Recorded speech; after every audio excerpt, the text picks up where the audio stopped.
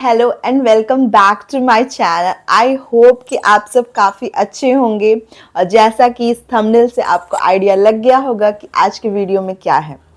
तो अगर आपका भी वॉशिंग मशीन पूरा इस तरह वाइब्रेट करके यहाँ से यहाँ चला आता है तो ये वीडियो बिल्कुल आपके लिए है। तो हम बिल्कुल भी देर नहीं करेंगे, सो वीडियो को हम स्टार्ट करेंगे और हम जानेंगे कि क्यों हमारा वॉशिंग मशीन ज़्यादा वाइब्रेट करता है और हमारे वॉशिंग मशीन को कितना वाइब्रेट करना चाहिए, कितना सही है और ज़्यादा वाइब्रेट क्यों करता है, किस रीज़न से करता है और हम उसे किस तरह ठीक कर सकते हैं। तो चलिए स्टार्ट करते हैं वीडियो को मेरे साथ। तो आप जैसा देख रहे होंगे अभी मेरा मशीन जो है वो स्पिन पे है और ये बिल्कुल लाइट वाइब्रेट कर रहा है, कोई ज़्यादा वाइब्रेशन नहीं है। मैं दिखाती हूँ, ऊपर मैंने पानी रखा है आपको एग्जैक्टली दिखाने के लिए कि सिस्टम में कितना वाइब्रेट करता है। पानी में जिस अमाउंट का वाइब्रेशन हो रहा है सिर्फ उतना ही वाइब्रेट होता है, उससे ज़्यादा नहीं होता है। मैंने अभी आपको दिखाया कि वॉशिंग मशीन में कितना वाइब्रेशन होना सही है। अगर आपका वॉशिंग मशीन इतना वाइब्रेट करता है और इतना साउंड आता है उसमें से तो आपका मशीन बिल्कुल ठीक है, आपको बिल्कुल भी वरीड होने की और टेंशन लेने की ज़रूरत नहीं है। बट हाँ, अगर आपकी मशीन इससे ज़्यादा वाइब्रेट करती है या इससे ज़्यादा साउंड क्रिएट करती है तो आपको सोचने की ज़रूरत है कि आपकी मशीन में क्या फ़ॉल्ट है। तो सबसे पहला फ़ॉल्ट हम देख लेते हैं। क्या होता है कि जब हम न्यू वॉशिंग मशीन लाते हैं तो हम अपना वॉशिंग मशीन फिक्स कर लेते हैं। अगर हम अपना वॉशिंग मशीन खुद फिक्स करते हैं तो हम एक चीज़ नोटिस करते हैं। ये देखिए, ये वॉशिंग मशीन के पीछे का पार्ट है, इसमें ये कुछ 5 होल्स हैं। ठीक है, हम इसमें इस तरह की चीज़ें उस होल्स के अंदर रहती हैं। ठीक है, ये हमें निकालना होता है सारे में से। ये इस तरह की होती है तो ये हमें जो है निकालना होता है। अगर ये आपके मशीन में लगी हुई है अभी भी तो आपका मशीन ज़रूर वाइब्रेट करेगा और हो सकता है कि लॉन्ग टर्म में अगर आप इसे इस तरह लगा के यूज़ कर रहे हैं तो वो कभी ब्लास्ट भी कर सकता है। आप अभी जाइए और चेक करिए कि आपके वॉशिंग मशीन के पीछे में ये चीज़ लगी हुई है कि वो निकली हुई है। अगर लगी हुई है तो उसे अभी ही हटाइए, आपका वाइब्रेशन बिल्कुल ठीक हो जाएगा। अब देन सेकेंड पॉइंट हमारा ये है कि क्या होता है कि हम वॉशिंग मशीन को एक हाइट दे देते हैं और उससे फुल सपोर्ट नहीं देते, जिस कारण से भी मशीन हमारी काफ़ी ज़्यादा वाइब्रेट करती है और वो हिलती है ऐसे ऐसे आपकी जैसे हिल रही है बहुत ज़्यादा वॉशिंग मशीन, उस तरह हिलती है। तो इसी के लिए क्या करिए, कोशिश करिए कि उसे कहीं स्लिपी जगह पे ना रखें मशीन को, जहाँ पे हल्का सा स्लिपीनेस हो वहाँ ना रखें मशीन को। मशीन को पूरी तरह से जहाँ पे सरफेस पूरी तरह से प्लेन हो वहाँ रखें। अगर आपको जहाँ पे मतलब मान लीजिए कि थोड़ा सा रुखड़ा है या कुछ है तो आप स्टैंड लगा सकते हैं, बट वो प्रॉपर स्टैंड होना चाहिए। एक आता है वाइब्रेशन पैड, आप उसे मशीन में लगा सकते हैं, उससे भी आपकी मशीन जो है वो एक हाइट पे भी वाइब्रेट कम करेगी। बट हाँ, हल्का वाइब्रेशन होता है उससे भी। आप चाहें तो मैं उसका लिंक भी डिस्क्रिप्शन में ऐड कर दूँगी, यहाँ मैं उसकी फ़ोटोज़ भी लगा देती हूँ। देन अगर आप अपने पैसे बचाना चाहते हैं, कोई सस्ता सा उपाय खोज रहे हैं मेरी तरह, तो आप एक चीज़ और कर सकते हैं।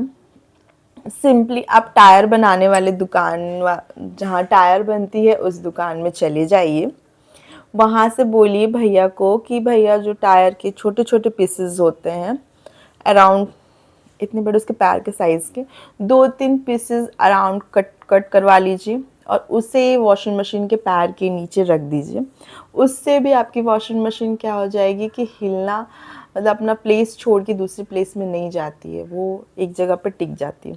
मैंने अपने घर में वही कर रखा है क्योंकि मेरा जो है वो टाइल्स है, टाइल्स पे वॉशिंग मशीन थोड़ी बहुत स्लिप करती है, तो मैंने वो लगाया है देन मेरी वॉशिंग मशीन बिल्कुल भी नहीं हिलती है, ये भी काम करती है। तो आप ये भी कर सकते हैं। सॉरी फॉर लोकेशन चेंज, घर में अचानक से कुछ गेस्ट आ गए जिस कारण से मुझे वहाँ रिकॉर्डिंग जो है वो स्टॉप करनी पड़ी एंड मुझे आना पड़ा अपने छत पे। आई होप कि आपको ये व्यू भी अच्छी लग रही होगी।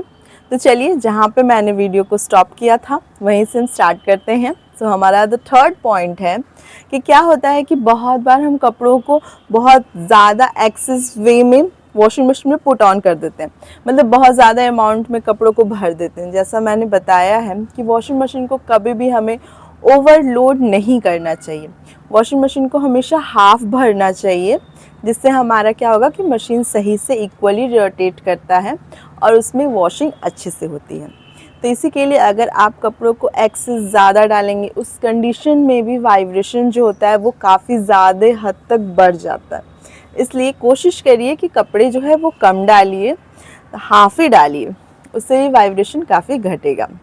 And fourth thing is that कि क्या होता है कि हम कभी कभी कपड़ों को बस जस्ट ऐसे उठाते हैं एंड ऐसे वॉशिंग मशीन में पुट कर देते हैं। तो ये भी हमें नहीं करना है, उसे हमें अलग अलग झाड़ के, कभी भी उसे गुलठाए हुए नहीं डालना है, अलग अलग झाड़ के डालिए वॉशिंग मशीन में।